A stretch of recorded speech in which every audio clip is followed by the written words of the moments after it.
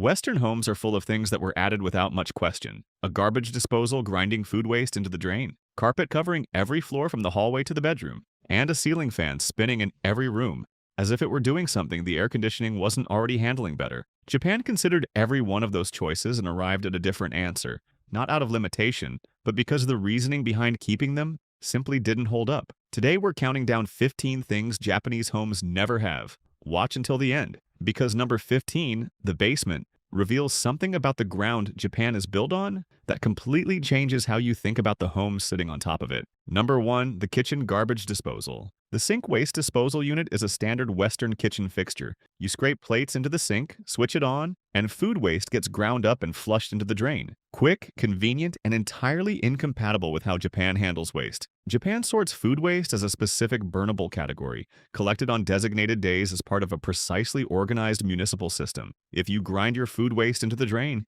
it never makes it to the bin, never gets sorted, and the system breaks down at the first household that uses one. Japan didn't decide against waste disposal units because the technology was unavailable. It decided against them because the waste system it built is more thorough, more environmentally considered, and more effective than grinding everything into the sewer, and the disposal unit is incompatible with that system by design. It's not that Japan couldn't have them. It's that Japan built something better, and the disposal unit no longer had a role to play. Number 2, wall-to-wall carpet. Carpet throughout every room of the house is so standard in Western homes, particularly in the UK and US, that most people grew up with it in their bedroom without ever questioning whether it was a good idea. Japan questions it. Japanese homes use hardwood flooring, tatami, cork, or tile throughout. Wall-to-wall carpet essentially doesn't exist in Japanese residential design, and the reasons stack up quickly. Japan removes shoes at the entrance. Interior floors stay consistently clean because nothing from outside reaches them. The primary reason carpet exists in Western homes,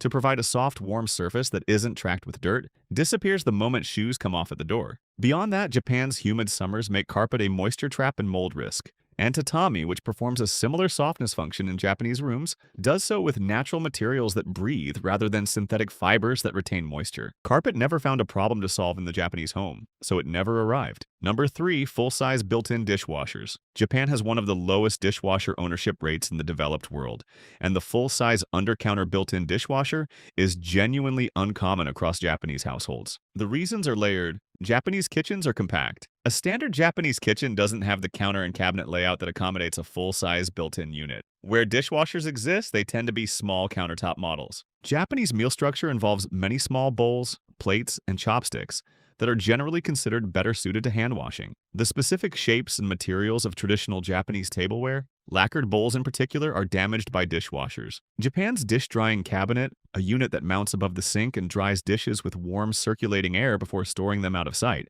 made the manual wash and store process efficient enough that a machine was never widely demanded. The dishwasher solves a problem that Japan's kitchen design, tableware culture, and existing appliances had already addressed through other means. If you're enjoying this so far, go ahead and tap like. It tells YouTube you want more of Japan's clever, everyday innovations. And if you love discovering things you didn't even know existed, hit subscribe so you don't miss the rest of this list. Trust me, the next ones are even smarter. Number 4, standalone tumble dryers. Japan's tumble dryer ownership is among the lowest in the developed world, and the standalone machine that most Western homes treat as the essential second half of the laundry setup is simply not a standard Japanese home appliance. Japan air dries. Balconies in Japanese homes are designed with laundry drying as a primary function, with built-in poles and railing heights specifically suited to hanging clothes. Multifunction bathroom ventilation fans handle indoor drying in poor weather. Infrastructure for drying without a machine is built into Japanese home design from the beginning. Beyond infrastructure, Japan's culture of energy efficiency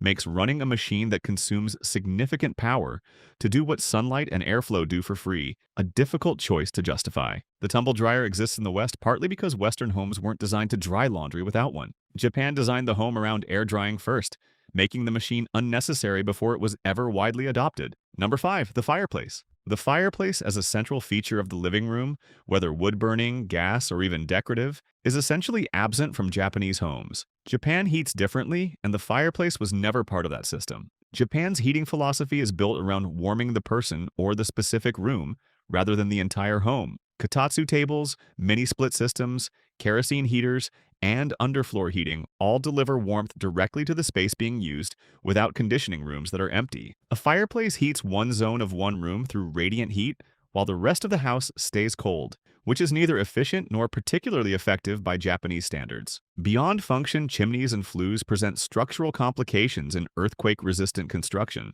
Building a masonry chimney through a timber-framed home engineered to flex during seismic activity is an engineering problem Japan simply doesn't take on. The fireplace is a Western solution to a heating problem that Japan solved more efficiently through completely different means. Number 6. Ceiling fans. Ceiling fans are a fixture of American homes in particular, turning in bedrooms, living rooms, and kitchens as a low-cost way to move air around the space. In Japan, they're not a standard home feature, and the reason comes down to what they actually do versus what Japan needs cooling to do. A ceiling fan moves air. It creates a wind chill effect that makes a room feel slightly cooler without reducing the temperature or the humidity. In a dry heat, that's useful. In Japan's intensely humid summers, it moves hot, damp air around the room without addressing the moisture that makes the heat uncomfortable. Japan uses mini-split air conditioning systems that cool the air and remove humidity simultaneously. The fan's job, creating the sensation of cooling, is handled by a system that produces actual cooling, and the difference in an intensely humid climate is significant.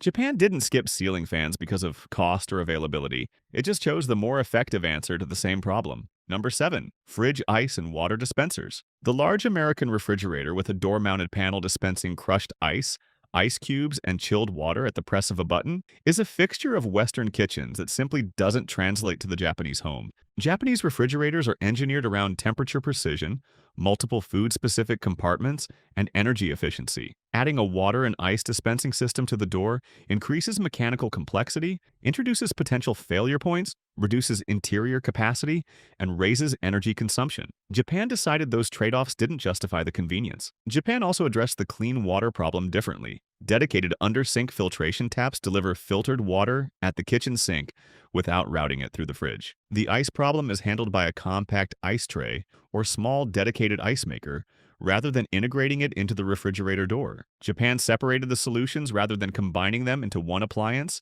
kept each appliance simpler, and ended up with a more reliable and efficient system overall. Number 8. Ducted central heating. Western homes, particularly in North America and Northern Europe, push warm air through a network of ducts built into the walls, floors, and ceilings, delivering heat through vents in every room from a single central system. Japanese homes have nothing like this.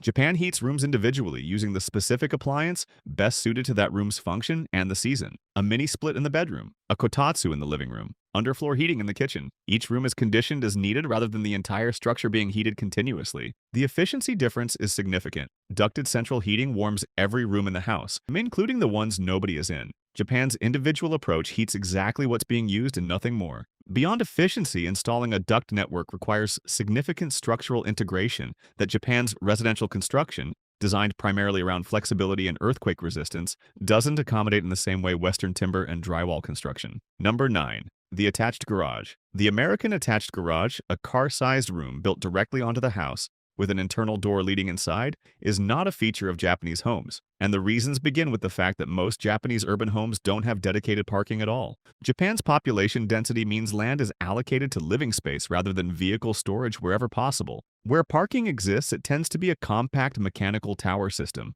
a separate structure or a covered space beside the home rather than a room built into it. Beyond space, attaching a garage to the main home structure introduces air quality and fire risks from vehicle fumes and fuel that Japanese construction practice avoids by keeping car storage physically separate from the living space. The attached garage is a product of the suburban American context where land was abundant, cars were central to daily life, and home design expanded to accommodate them. That context never applied to Japan. Number 10. Exposed brick interior walls. The interior design trend of stripping a wall back to reveal raw brick, popular in Western loft conversions, renovated apartments, and newly built homes trying to achieve an industrial aesthetic, is essentially absent from Japanese home interiors. The explanation is structural before it's aesthetic. Japanese homes are built primarily from timber, plaster, and engineered wood panels. There is no brick layer underneath the wall surface to expose because brick was never part of the construction. Japan avoids brick in residential buildings specifically because rigid masonry performs poorly in earthquakes compared to the flexible timber framing that Japanese construction has relied on for centuries. You cannot expose what was never there. The exposed brick wall is a Western interior choice that requires Western building materials that Japan deliberately doesn't use. The industrial aesthetic it creates isn't absent from Japan because Japan doesn't like it. It's absent because the structural logic that produced it never applied to Japanese construction in the first place. Number 11, the separate dining room. Western homes of a certain size include a dedicated dining room, a room with a table and chairs used specifically for meals and separated from the living room by walls and a door. In Japan, this room doesn't exist as a standard part of home design. Japanese domestic life integrates eating into the main living space or a combined kitchen and dining area. The meal happens at the kotatsu, at a low table in the main room, or at a dining table that shares the space with the sofa and the television. The separate dining room is a Western concept, rooted in having enough space to dedicate one room to a single daily function. Japan's approach to spatial efficiency means a room that serves its primary purpose for perhaps an hour or two each day and sits empty. The rest of the time is space that could be working harder. Japan uses every room for multiple purposes throughout the day. A room that exists only for eating didn't fit that logic. Number 12, the front door mail slot. Western homes cut a rectangular slot into the front door through which the postal service delivers letters directly onto the hallway floor. Japan doesn't do this, and the reasons go beyond preference. Japanese homes use a dedicated external mailbox positioned at the entrance gate or building entrance. The mail arrives there, stays contained, and is collected at the resident's convenience. Nothing lands on the floor inside the home. Japan's postal culture involves a significant volume of mail and packages. A slot in the door doesn't accommodate packages, gets clogged in heavy mail periods, and delivers everything onto the floor in an unsorted pile. An external mailbox handles all of it cleanly. There's also the genkan to consider. Japan's entrance area is a dedicated space for shoe removal, not a place where letters land on the ground around your feet. The mail slot is architecturally and culturally incompatible with how the Japanese entrance is designed and used.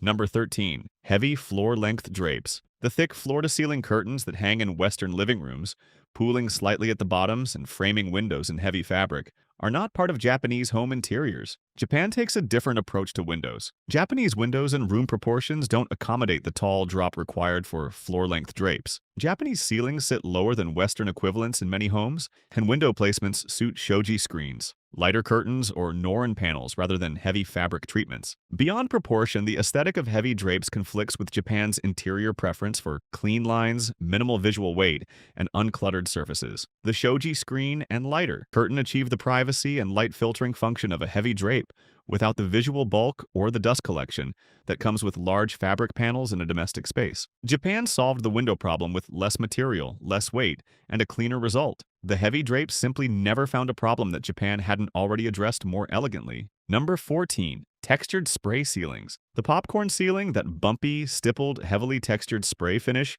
applied to the ceilings of millions of Western homes, is entirely absent from Japanese homes. Japanese ceilings are smooth, and the reasons are both practical and cultural. Textured spray ceilings became popular in Western construction as a cost-effective way to hide imperfect finish work on drywall ceilings and reduce echo in rooms. The texture concealed what the workmanship underneath couldn't produce cleanly. Japanese construction standards produce smooth ceiling surfaces that don't need concealing. The level of finish expected in Japanese residential construction makes a covering spray unnecessary because the underlying work is done properly to begin with.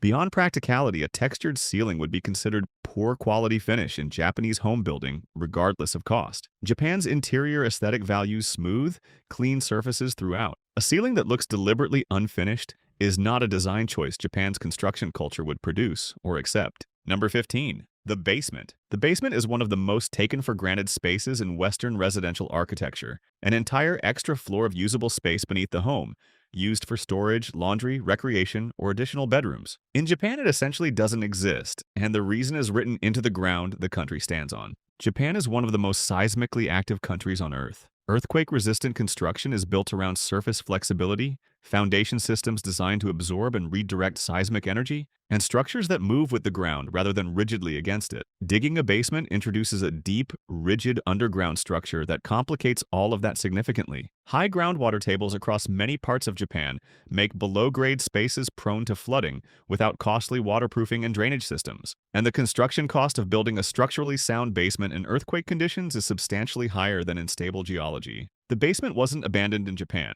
It was never viable to begin with. The country's geology made the decision before any architect got involved. If you want to see more amazing things Japan is doing better than the rest of the world, then like and subscribe. And make sure to watch the video on your end screen. It's packed with even more things Japan gets right.